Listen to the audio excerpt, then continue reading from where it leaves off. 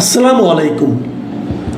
প্রিয় দর্শক, গতকাল পর্যন্ত বলেছিলাম যে 2-3 দিনের মধ্যে রাষ্ট্রপতি মোহাম্মদ শাহাবুদ্দিন আহমেদ উনি পদত্যাগ করতে পারেন, কিন্তু দেখা গেল ঠিক একদিনের মধ্যে উনি পদত্যাগ করলেন। আজকে শুক্রবার 24শে জুলাই উনি পদত্যাগ করেছেন। উনি 2023-এর 24শে এপ্রিল দায়িত্ব নিয়েছিলেন, আর 2026-এর 24শে জুলাই পদত্যাগ করলেন। ওনার মেয়াদ কিন্তু ছিল 2028-এর এপ্রিল পর্যন্ত। তো উনি প্রায় 2 বছর আগেই, 2 বছর একটু কম হবে, 2 বছরের আগেই উনি পদত্যাগ করলেন। এবং কালকে আমরা যা ভেবেছিলাম যে উনি স্বাস্থ্যগত কারণ দেখিয়ে পদত্যাগ করবেন, কারণ রাষ্ট্রপতির পদ থেকে পদত্যাগ করার যে পদ্ধতিগুলি আছে তার মধ্যে যদি দ্রুত পদত্যাগ করতে হয় তাহলে এই যে নিজে থেকে পদত্যাগ করা স্বাস্থ্যগত কারণ দেখিয়ে অথবা অন্য কোনো কারণ দেখিয়ে, সেটাই হলো সবচেয়ে সহজ এবং দ্রুত গতিতে হয়ে থাকে। এর মানে হচ্ছে ওনাকে বেশ দ্রুত গতিতেই নিজের পদ ছাড়ার ব্যাপারটা কনফার্ম করতে হয়েছে। প্রশ্ন হচ্ছে, কেন এই তাড়াহুড়া? কিছুটা তাড়াহুড়া যে হয়েছে তা আমার কোনো সন্দেহ অন্ততপক্ষে নাই, অনেকেরই নাই। আমি আমার যত কলিগ, যত বন্ধুবান্ধব যারা আছেন বিভিন্ন পত্রপত্রিকার গুরুত্বপূর্ণ পর্যায়ে, তাদের সঙ্গে ব্যক্তিগতভাবে কথা বলেছি। রাষ্ট্রপতির দপ্তরেরও অনেকের সঙ্গে আমার ব্যক্তিগত যোগাযোগ আছে। আমি কালকেও তাদের সঙ্গে যোগাযোগ করেছি, আজকেও করেছি। সব মিলিয়ে যেটা হলো সেটা, রাষ্ট্রপতি পদত্যাগ করেছেন কেবলমাত্র নিজের ইচ্ছায় তা নয়, ওনাকে পদত্যাগ করতে আসলে বলা হয়েছিল। তো কেন ওনাকে বলা হলো? স্বাভাবিক হতেই পারে, কিন্তু সরকারের সঙ্গে রাষ্ট্রপতির দুজন তো দু দলের। আমাদের শাহাবুদ্দিন সাহেব তো কখনোই বিএনপি করেননি, ওনার জীবনে একদিনের জন্য উনি বিএনপি করেননি। উনি সারা জীবন আওয়ামী লীগের লোক ছিলেন। আওয়ামী লীগের লোক হিসেবে সরকারের বিভিন্ন গুরুত্বপূর্ণ জায়গায় বসেছেন, এবং উনি আওয়ামী লীগের যে সরকার প্রধান ছিলেন শেখ হাসিনা, তার কাছে এতটাই গ্রহণযোগ্য ব্যক্তি ছিলেন যে তার দলের অনেক সিনিয়র লিডারকে বাদ দিয়ে ওনাকে এনে রাষ্ট্রপতি বানানো হয়েছিল।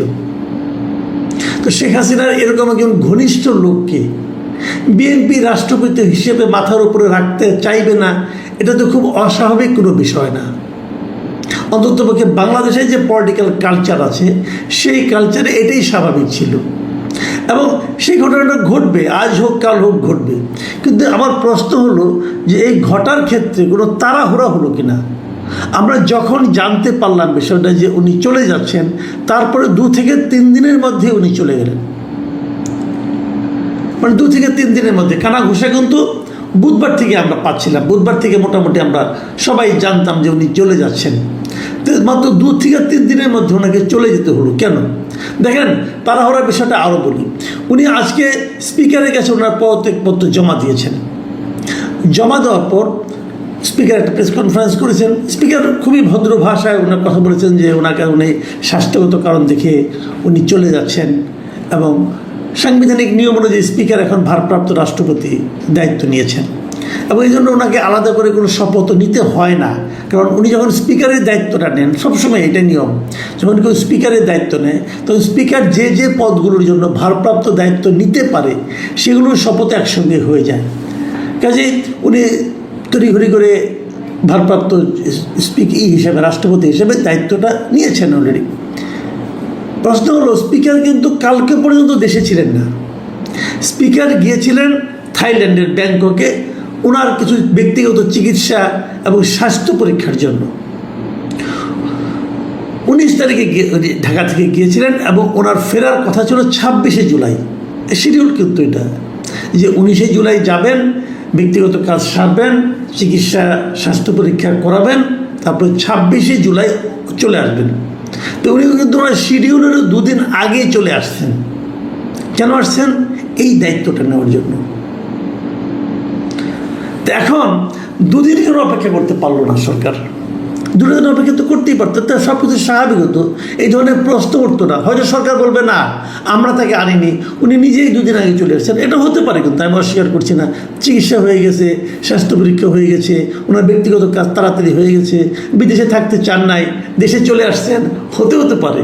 এবং এসে দেখলেন যে প্রধান প্রেসিডেন্ট তার কাছে পদত্যাগপত্র জমা দেওয়ার জন্য অপেক্ষা করছে, হতে পারে এগুলো। কিন্তু এই যে হতে পারাটা, এর মধ্যে এত বেশি কাকতালীয় ব্যাপার স্যাপার কাজ করছে যে মানুষের মনে সন্দেহ আসে। অথচ আমরা গতকালকে দেখলাম স্বরাষ্ট্রমন্ত্রী বললেন যে পদত্যাগের জন্য প্রেসিডেন্টের উপর তার সরকারের পক্ষ থেকে কোনো চাপ দেওয়া হয়নি। ওনাকে জিজ্ঞাসা করা হয়েছিল, উনি বলছেন না, কোনো চাপ দেওয়া হয়নি। এবং এটাই কিন্তু স্বাভাবিক। এই সরকারের সঙ্গে আমাদের শাহাবুদ্দিন সাহেবের যে সম্পর্ক আমরা দেখেছি গত 5 মাসে, এখানে চাপাচাপির কোনো আসলে বাস্তবতাই নাই। কারণ সরকারের সকল চাহিদা নির্দ্বিধায় শাহাবুদ্দিন সাহেব পালন করে গেছেন। সরকার যা যা বলেছেন, যেভাবে বলেছেন, সেভাবে সব কিছু উনি পালন করেছেন। কাজে এখানে চাপের কোনো প্রয়োজনীয়তা আছে বলে আমি মনে করি না। প্রেশার দিতে হবে কেন, তাড়াহুড়া করতে হবে কেন? কিন্তু বাস্তবে তো তাড়াহুড়া হলো তো। কারণ স্পিকারকে 2 দিন আগে নিয়ে আসা, এর মধ্যে ওনাকে ওটা জমা দেওয়া, এটা তো হলো। আচ্ছা, আমরা বরং একটা কাজ করি, আমরা বরং একটু দেখি যে পদত্যাগপত্রটি কী লিখেছেন। সেটা নিয়েও কিন্তু নানা ধরনের বিতর্ক এরই মধ্যে হচ্ছে। শাহাবুদ্দিন সাহেব পদত্যাগপত্র যেটা দিয়েছেন, উনি কারণ হিসেবে উল্লেখ করেছেন যে উনি কী বলেছেন সেটা আমি আপনাদের একটু পড়ে শোনাই হুবহু। কালকেও আমি বলেছিলাম এটাই বলবেন, উনি ওটাই বলেছেন যে আমি গুরুতর অসুস্থ, হৃদরোগ, উচ্চ রক্তচাপ, ডায়াবেটিস ও কিডনি জটিলতায় ভুগছি। খুব সবগুলি রোগী জটিল। আমার বাইপাস সার্জারি হয়েছে হৃদযন্ত্রে। ইদানিং স্বাস্থ্য পরীক্ষায় অটোনমিক নিউরোপ্যাথি নামক রোগ শনাক্ত হয়েছে। এই রোগের কারণে আমি মাঝে মাঝে ক্ষণিক অচেতন হয়ে যাই।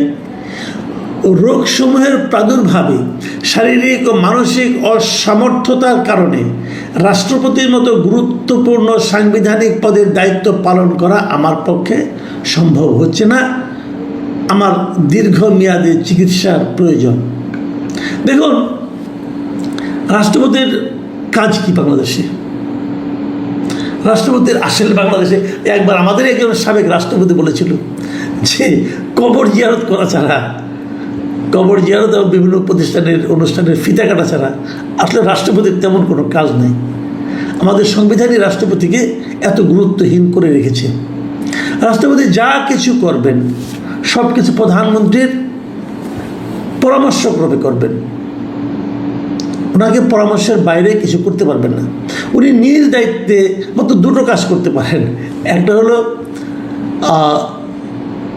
প্রধান বিচারপতি এবং প্রধানমন্ত্রীকে নিয়োগ দিতে পারেন। এই কাজটা, এই 2টা কাজ করতে পারেন। এটার মধ্যে ওনার জন্য কারো প্রধানমন্ত্রীর পরামর্শ লাগে না, উনি নিজ দায়িত্বে এই 2টা কাজ করতে পারেন।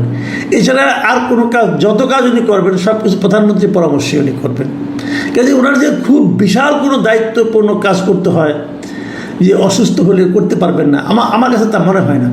বরঞ্চ ওনার দীর্ঘমেয়াদী চিকিৎসার প্রয়োজন এবং রোগগুলো যদি জটিল হয়, উনি যদি রাষ্ট্রপতি থাকেন তাহলেই বরং ওনার চিকিৎসাটা খুব ভালো হবে। কারণ এখন তো ওনাকে চিকিৎসা করতে হবে নিজ দায়িত্বে। আর রাষ্ট্রপতি হলে তো সরকারি খরচে চিকিৎসাটা করতে পারতেন এবং সেটা সর্বোচ্চ চিকিৎসা উনি করতে পারতেন। কাজে উনি তো বলতে পারতেন আমার এই রোগগুলো আছে, আমি চিকিৎসাগুলো শেষ করে নেই, তারপরে আমি পদত্যাগ করবো। তা তো বলেন নাই। উনি বলেছেন যে এই রোগের কারণে আমি চলে যাচ্ছি। ঠিক আছে, আমি এটাকে আমি অবশ্যই খুবই সৌজন্যতাপূর্ণ কাজ বলে মনে করি। উনি নিজে মনে করছেন যে আমি রাষ্ট্রের অর্থের অপচয় করতে চাই না, আমার চিকিৎসা আমিই করব, আমি এই দায়িত্ব পালন করব না। কিন্তু একটা প্রশ্ন আমি এখানে একটু করতে চাই, সেটা হলো উনি এর আগে আরও 2টো প্যারা লিখেছেন। সেই প্যারাগুলিতে উনি কী বলেছেন? উনি 5ই আগস্ট থেকে উনি কী কী করেছেন তার একটা সবিস্তার বর্ণনা উনি দিয়েছেন। উনি বলেছেন যে 5 আগস্ট 2024-এ ছাত্র জনগণ অভ্যুত্থানের মুখে তৎকালীন সরকারের পতনের পর দেশে শাসনতান্ত্রিক ও সাংবিধানিক সংকটের সৃষ্টি হয়। সাংবিধানিক সংকট থেকে উত্তরণের অভিপ্রায়ে সংবিধানের 106 অনুচ্ছেদের ক্ষমতা বলে আমি রাষ্ট্রপতি হিসেবে বাংলাদেশ সুপ্রিম কোর্টের আপিল বিভাগের মতামত কামনা করি। অতঃপর বাংলাদেশ সুপ্রিম কোর্টের আপিল বিভাগের পরামর্শক্রমে অন্তর্বর্তীকালীন সরকার গঠন করি, অন্তর্বর্তীকালীন সরকার রাজনৈতিক দলসমূহের পরামর্শক্রমে জাতীয় সংসদে সাধারণ নির্বাচন আয়োজন করে। এই কথাটা তার পদত্যাগপত্রে লেখার দরকারটা কি? এর সঙ্গে পদত্যাগের কী সম্পর্ক আছে? দেখুন, জামাতে ইসলামের একজন মানে গুরুত্বপূর্ণ নেতা এবং খুব বাংলাদেশের স্বনামধন্য একজন আইনজীবী মিস্টার শিশির মনির, তিনিও কিন্তু এই প্রশ্নটাই করেছেন যে এই কথাটা এখানে অপ্রাসঙ্গিক কিনা। আবার উনি আরেকটা কথা লিখেছেন, এরপরে যে প্যাটার্ন লিখেছেন সেটা হলো নির্বাচনের ফলাফলের ভিত্তিতে বর্তমান সরকার গঠিত হয়ে সরকার পরিচালনা করছে। বর্তমানে সরকারি দল ও বিরোধী দল গণতান্ত্রিক চর্চার মধ্য দিয়ে জাতীয় সংসদে নিজ নিজ দায়িত্ব পালন করছে। আমার সুদৃঢ় ও ইতিবাচক ভূমিকার কারণে দেশে কোনো সাংবিধানিক বিপর্যয় ঘটেনি। দেশে কতটুকু সাংবিধানিক বিপর্যয় ঘটেছে কিংবা ঘটেনি এটা নিয়ে আমরা দীর্ঘ আলোচনা করতে পারি, কিন্তু উনি দাবি করেছেন যে কোনো সাংবিধানিক বিপর্যয় যে ঘটেনি এর জন্য ওনার একটা ভূমিকা আছে। তো ওনার কি ভূমিকা ছিল এই সময়ে? উনি তো রাষ্ট্রপতি হয়েছেন 2023 সালে। 23 সাল থেকে 2024 অগাস্ট পর্যন্ত ওনার কি ভূমিকা এটা নিয়ে উনি একটা কথাও বলেন নাই। উনি বলেছেন 2024 থেকে শেষ দিন পর্যন্ত উনি কত ইতিবাচক ভূমিকা রেখেছেন সেটা উনি স্মরণ করিয়ে দিয়েছেন। কেন? এই জায়গাটায় কিন্তু একটা বেসিক পয়েন্ট আছে। আপনারা চিন্তা করেন, বুঝেন। হয়তো অনেকে বলবেন যে উনি এই সরকারের কাছ থেকে চলে যাওয়ার পরও এক ধরনের সহানুভূতি, এক ধরনের আনুকূল্য আশা করেন। সেই জন্য উনি সরকারকে বলেছেন যে আপনার জন্য তো আমি ত্যাগ কম স্বীকার করি নাই, আপনার কথা মতো শেষ ত্যাগটাও করলাম, সেটা কি পদত্যাগ করলাম। অতএব আমাকে আপনি ভুলে যেন না।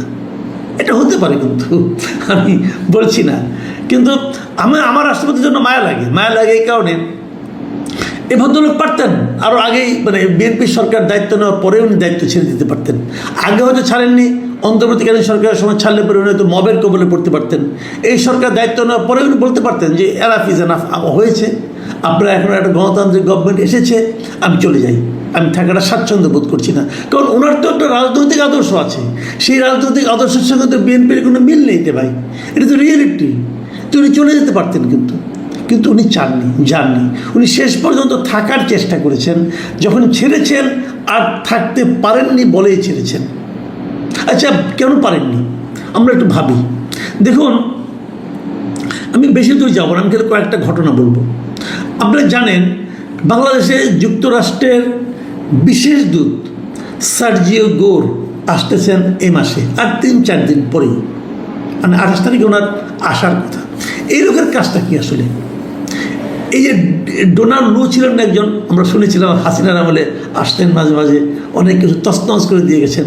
এই ডোনাল্ড লু যে কাজটা করতেন ঠিক সেই কাজটাই কিন্তু এই সার্জিও গোর করেন।